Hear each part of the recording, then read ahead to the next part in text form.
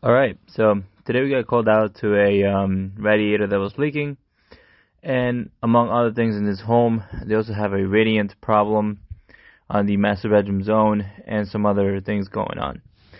Now, in this house, they have steam, hot water radiant, hot water radiators, hot water baseboard, so they basically have, and forced air as well, and hydronic coils, so they have a little bit of everything.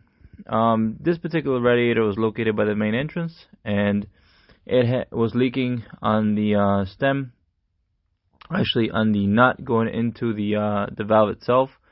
And they've had guys try to tighten it, re-Teflon taped it, and try to really get it to not leak. But unfortunately, they were unsuccessful. So at this point, we have no choice but to replace the valve. Now you see me here cringingly struggling to take this nut off, but basically the way that I like to take these off is I usually don't end up unscrewing them. I've tried heating it up prior to this attempt here. Tried a bunch of different stuff to try to get it to just unthread normally, as unscrewing the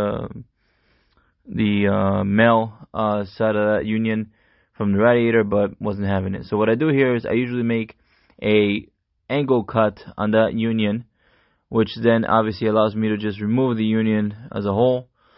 And you'll see it here. I just got it. There you go. Boom, boom, boom, boom. Done. And then I'm able to take the union off, which then allows me to actually put a pipe wrench into that that union assembly going into the radiator better. But a lot of times what ends up happening is that, again, I've tried heating it up, I've tried multiple different things, and it just won't go.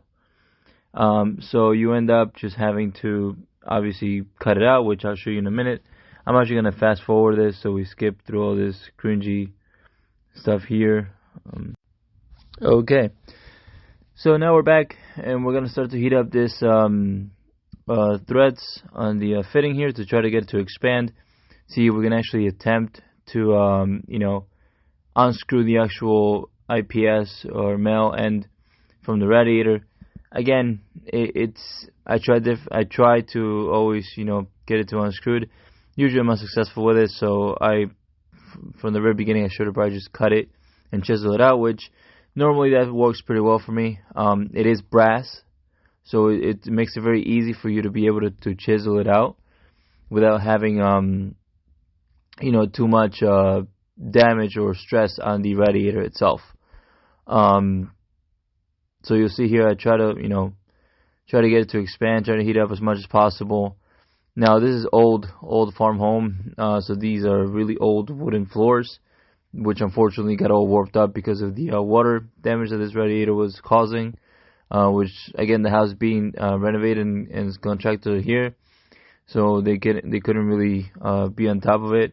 So I think it must have been leaking for, I don't know, a couple of days, maybe when the steam will kick on. Yeah, here I tried putting a pipe wrench to it. It just wouldn't budge. So I'm going to fast forward in this so you can see to the point where I'm actually about to make the cut. Basically, I try to, undo it with the wrench, but it just wasn't happening. So I'll fast forward in this bit, and then you'll see how I ended up doing the cuts.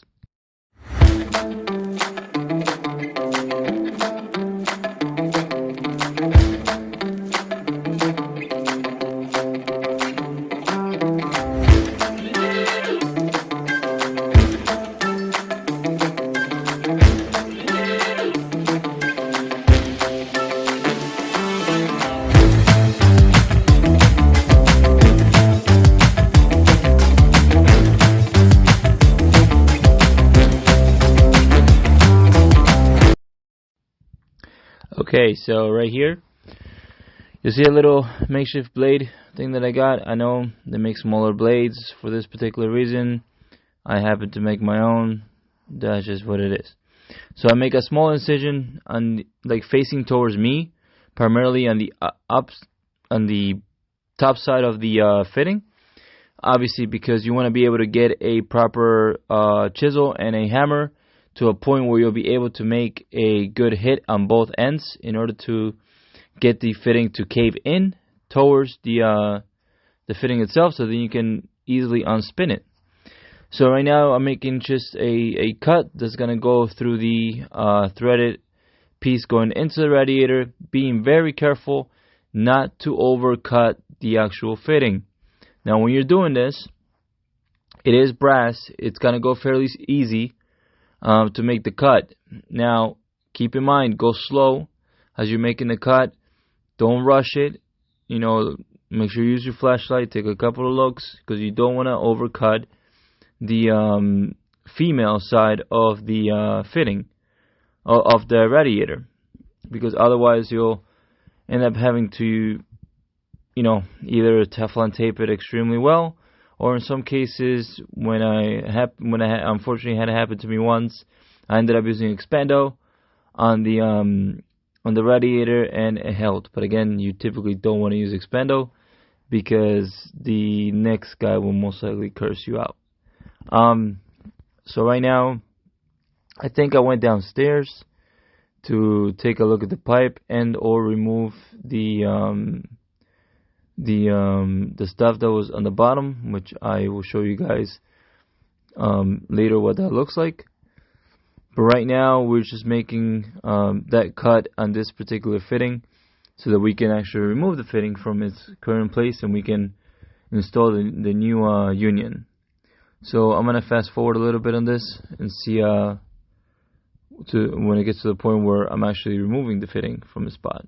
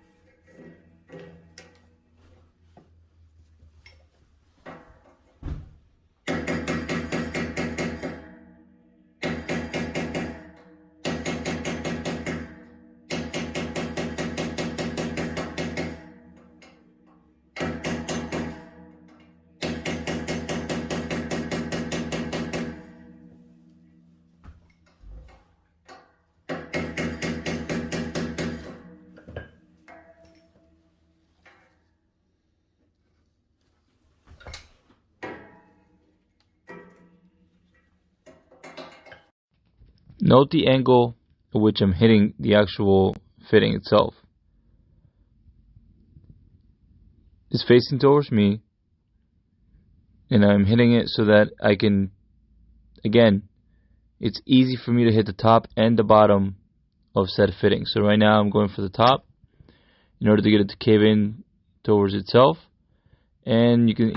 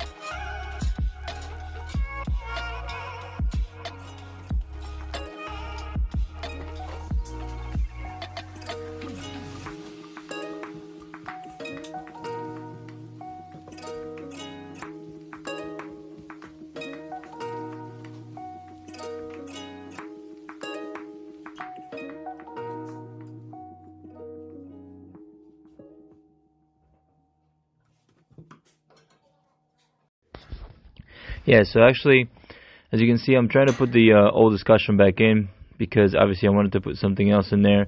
Note that, again, this might be obvious, but when you're putting in discussion into a radiator valve, don't use a plastic one. It has to be metal for obvious reasons. It'll melt. If you don't know what the obvious reason might be, it'll get very hot and it'll melt the plastic. Now also, whenever you're doing this, make sure that the radiator pitches towards the valve itself.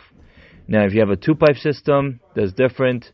It should be leveled. If you have a 1-pipe system, the radiator pitches back towards the valve itself. You don't want water to build up on the opposite end where you have your vent valve.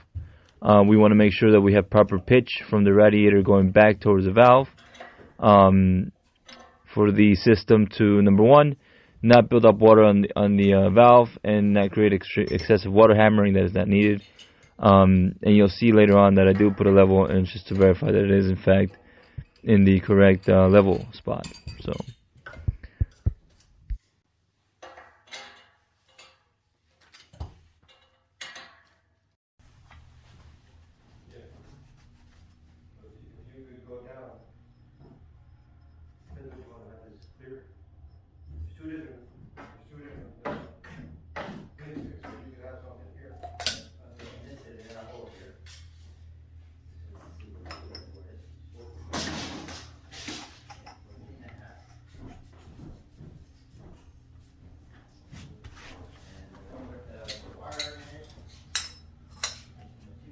Now in here I ended up taking the old nipple that went into the coupling that I have on the bottom in the basement because it was actually either longer, yes it was longer, so which was going to cause my radiator to be back pitched.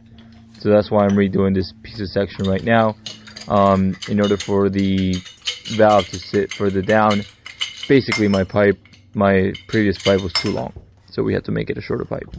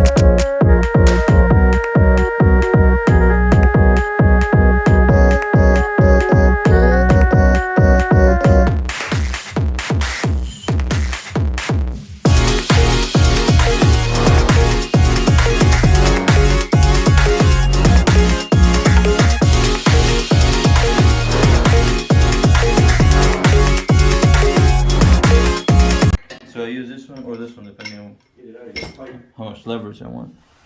If not, you get a big pipe. That too.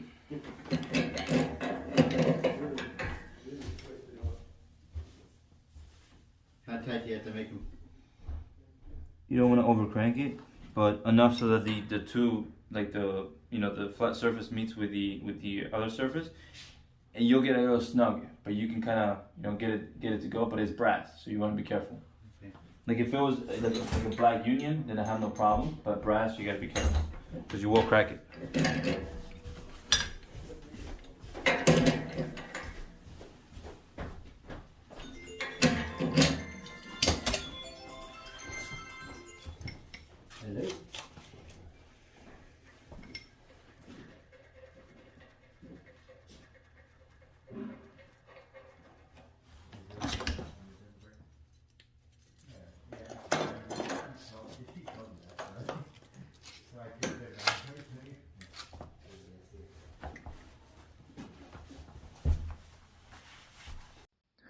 Alright, so right now I'm just about cleaning up over here. And we're going to take you guys downstairs. But I'm pretty sure I forgot my light. Yep. Let me go get my flashlight. Alright, so now we're going to go downstairs so you can see what the downstairs look like. It was basically an 1.25 inch, branch of the main supply pipe that went right up. Couple of 90s, couple of elbows, and just went straight up. Right there, we're just turning on the power back to the steam boiler. Making our way down to the basement. You can see the area where it's been leaking here, and here's my repair.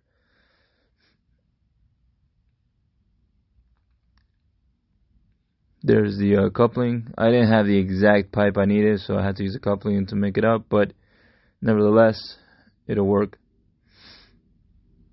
And the elbow going right up.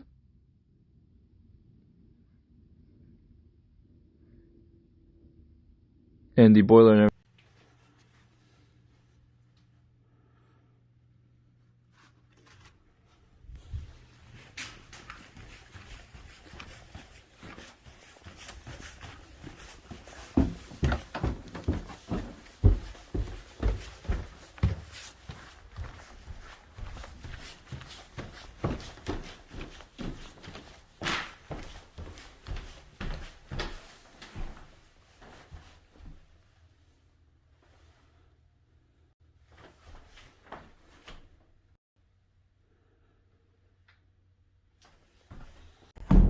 and we're all set.